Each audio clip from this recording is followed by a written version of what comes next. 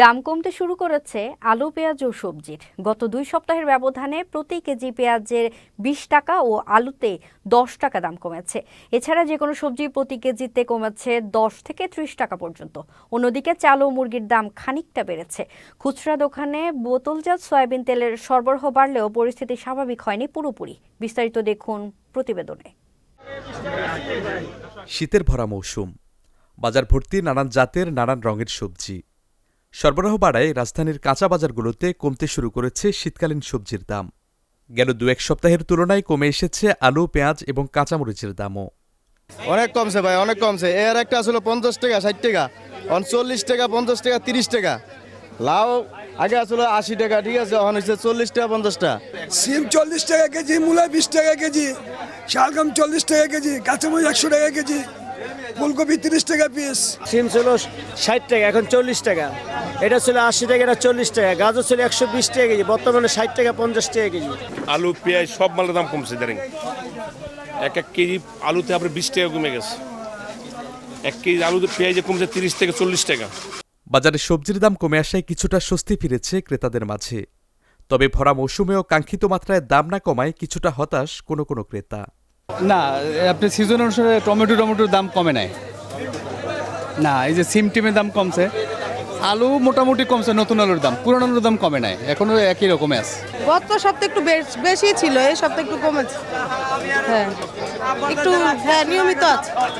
না আগের মতনই দাম। আর এই জন্য তো বললাম যে আগেও যে দাম এখনো একই দাম, কমেই নাই। খুব বেশি যে সিগনিফিক্যান্ট বাড়ছে সেটা না। যেমন আমি রুই মাছ নিলাম, রুই মাছের দামটা আমি খুব বেশি চেঞ্জ পাই নাই। হ্যাঁ, সো আলটিমেটলি আমি খুব বেশি পরিবর্তন দেখলাম না। শীতের সবজির বাজারের স্বস্তি ম্লান হয়ে আসে চাল, তেল, ডিম এবং মুরগির বাজারে। মোজাম্মেলে বেশি বাড়ছে, তারপরে রশিদে অল্প একটু বাড়াইছে। আর হলো যে আপনার যেমন দেশ এগ্রো আছে, তারপরে গোল্ডেন আছে, এই সমস্ত কোম্পানিগুলো একটু বেশি বাড়াইছে। আগের থেকে চালের দাম বাড়ছে, প্রতি কেজিতে 4 টাকা কি 5 টাকার মতো বাড়ছে। প্রতি কেজিতে 4-5 টাকার মতো বাড়ছে। কেজি এখন কেজি করে 2-3 টাকা কমছে, 2-3 টাকা কম হয়েছে। আপনি এখন বর্তমানে 78 টাকা। বাড়া পড়া তেল কোম্পানি দিচ্ছে না অ্যাভেলেবেল। চাল নাও, ডাল নাও, সুজি নাও, আটা নাও, এটা নিতে হয় না, তেল দিচ্ছে না ওরা। কমছে। আগে তো আপনার মাঝখানে তো 60 টাকা আলু ছিল, এখন হচ্ছে 48 টাকা আলু, 140 টাকা ডজন। না, একটু বাড়ছে। জি, ব্রয়লার 200, 195 এরকম বিক্রি হয়। 200 195 এরকম। ফার্মের মুরগির দাম তো বেশ অনেক বেড়ে গেল। আজকে 200 টাকা চাচ্ছে।